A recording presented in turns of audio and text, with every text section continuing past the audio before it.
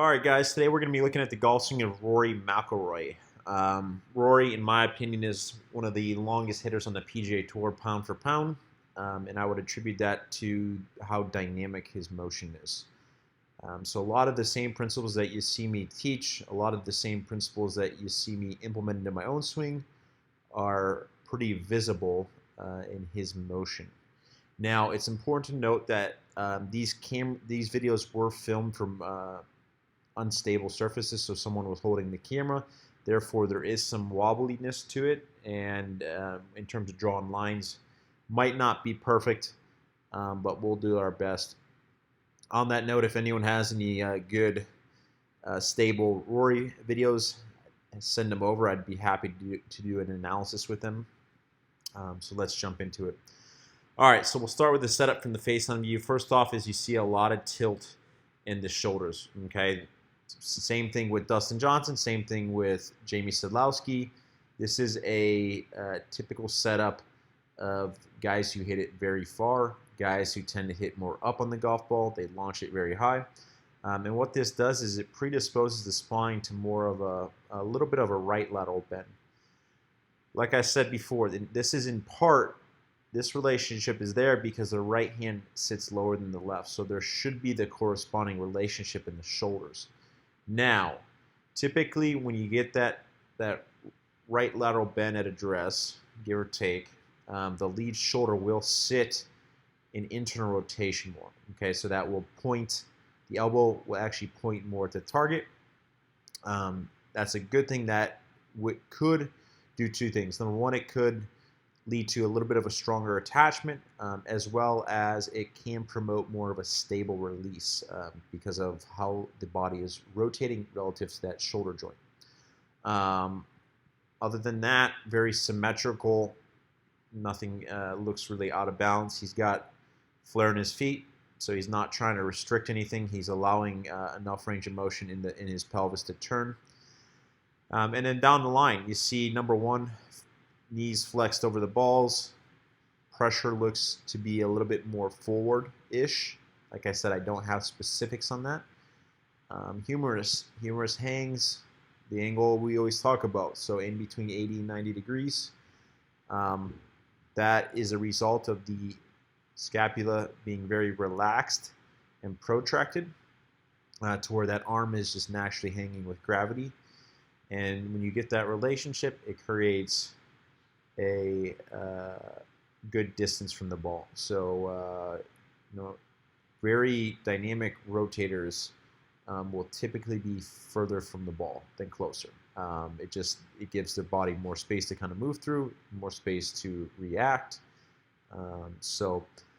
Other than that, I really, like I said, I think, obviously a lot of textbook stuff, a lot of similarities, and that's the reason I'm doing these analysis is I want you guys to kind of start to pick up on these similarities between the longest and really, I mean, you could argue the straightest hitters in the world, and their win record as well as their bank account kind of speaks for themselves. The stats are showing nowadays, basically you hit the driver good, you're going to make a lot of money. And so, the bottom line is whether it's Rory or Dustin Johnson, those two have done their fair share of driving the ball very good at different times. So, all right, so if we look at the setup, the one thing that I'll point out that I'm not a huge fan of is you do see a little bit of a lordosis through the lumbar spine. So you see a little bit of an arching, and typically when you see that, that is in part to a core that is not engaged. So if he if this was a average Joe that came to me, now granted, Rory, you always got to be, someone at this level, you got to be careful when you start making changes, and because for every change, there's always a compensatory change that needs to happen. So it's very dangerous. But if this was an average Joe, what I would have him do is I'd have him engage his core more, okay, and I would give him a specific instruction for that. so that he neutralizes his pelvis. And what should happen is you should see his lumbar spine straighten out through the bottom. Now, he's not trying to rectify his whole spine to where his spine, his head, and everything stays up. He does a nice job with that, so it's nice and rounded up through the upper back, but the lower back, you can kind of see there's a little bit too much arch there. So that could lead to immobility issues in the hip, so you could be restricting range of motion. Your trunk might not turn as well as it could. So, all right, so we'll try to draw some lines here. That being said, fair warning, these cameras are moving. And so one of the cool things you see about Rory, and really we don't even need lines to really do it, is you see that early shift that I always talk about. So you see how the mass of his body starts to actually go right before the club head pulls away. So his head is going right before this club is actually, let me draw that again, is actually pulling away. Okay, so head goes right. And that's the sequencing that when I started to understand that, led to a huge speed increase. And when you think about it, it's very similar to other one-sided sport athletes that load in the same fashion. Okay, so there's a very early shift to the right, whether you're throwing a ball, you're batting, you're playing tennis. There's some type of pressure load to the right, or the right foot, I should say. And so when that happens, what you see is the pressure actually gets right very early, okay? And typically what happens is you typically see it max out about waist high, okay, when guys do that. So it typically max out about waist high and then kind of starts to move the other way as you start to transition. Now, with Rory, his is a little bit of a different pattern. So you'll see that as he goes to the top, okay, number one, his arms stay pretty much in front of him. Okay, so you can kind of see the head actually goes a little bit outside, you can argue. But the bottom line is arms are very much in front of his chest. This is something that you see a lot. The longest hitters, you don't see them wrapping this club inside. You know, there's a big argument out there in terms of angular momentum. I just am not seeing it with a lot of these very dynamic, powerful hitters. Now, it's important to note that obviously he's doing a great job here of winding his trunk up. Okay, he's kept the triangle very much intact. So the triangle that he kind of starts with at address, he does a great job of maintaining that into the backswing because his pivot's turning. And because of that, he creates a very wide takeaway. Okay, so we stop at club shaft parallel P2. You can see that the butt end of his club is actually well outside his right thigh.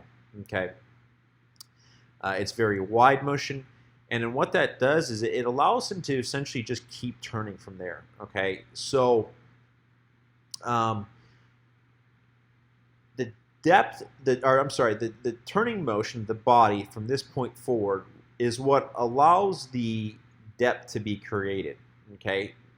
Now, what Rory does is he kind of does something a little bit different than like a Dustin Johnson. So Rory will tend to hold a little bit more flex in his right leg. Okay, and what happens is that will tend to keep the pelvis. It could play a role in the pelvis being a little bit more level.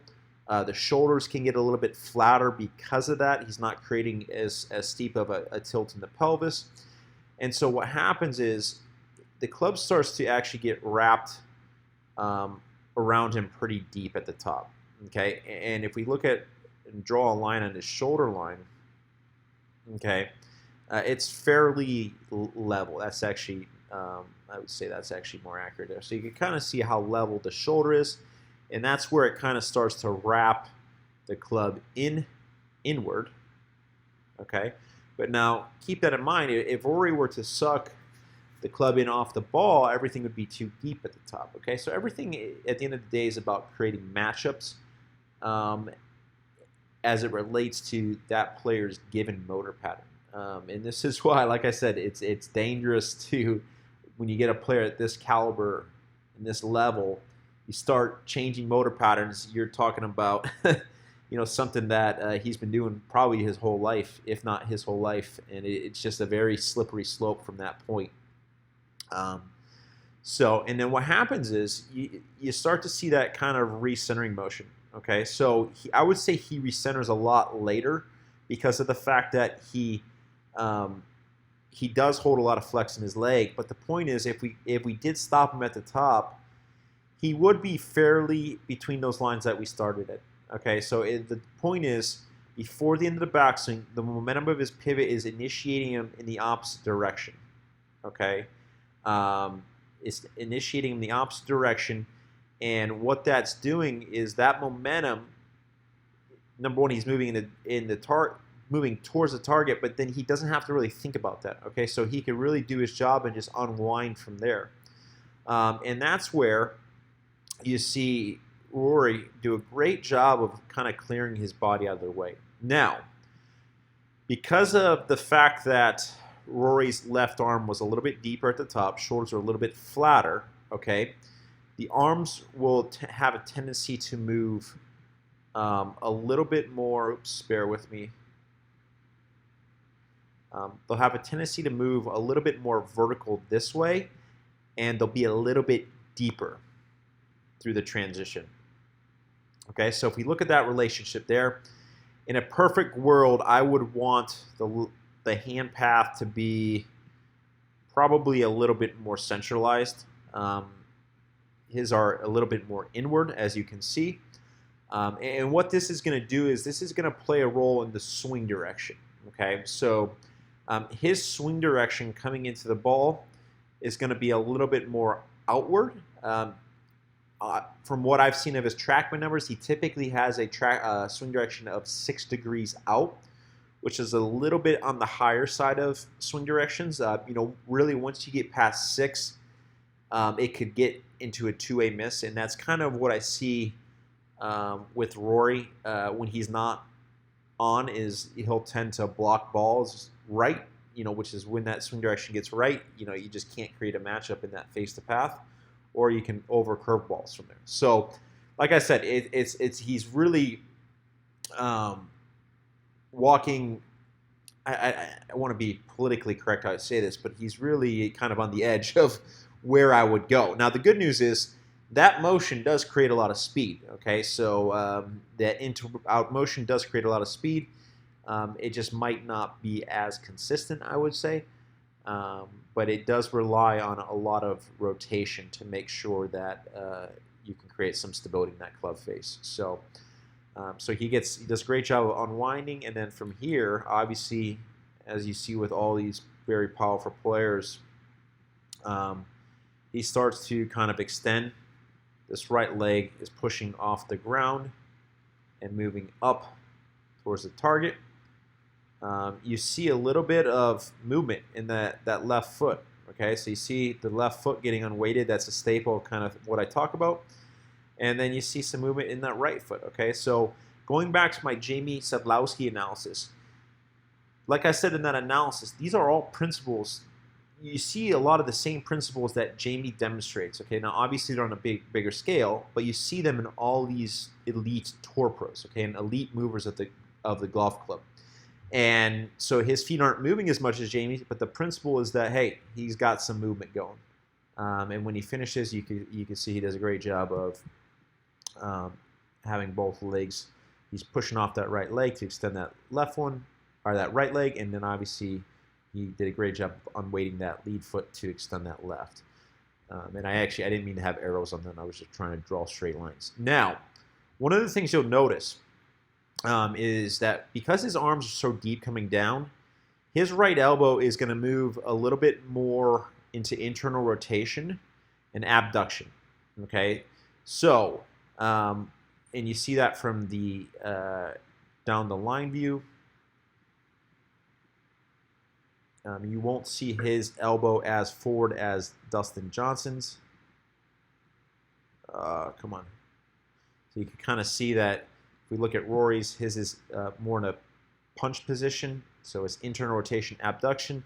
Dustin's would be a little bit more external and forward. Okay. Now, this is a byproduct of the depth of the arms at the top, okay? And as you rotate, his elbow gets trapped behind him. Look, both guys can move from there. I think that this option can bring more rated closure into the equation, and it requires a lot more rotation to match it up. So that's why you see Rory needing tremendous rotation to get out ahead of that to make sure he creates a nice matchup. So anyways, I hope you guys enjoyed that analysis. That was a fun one. I think he's a really cool one to look at. If you guys need anything from me, feel free to reach out to me at joshkochgolf.com. You can check out my website. You can shoot me an email at joshkochgolf@gmail.com, or you can check out my Instagram at joshkochgolf. So other than that, I appreciate you guys tuning in and giving me support. And other than that, I'll talk to you soon. Thanks.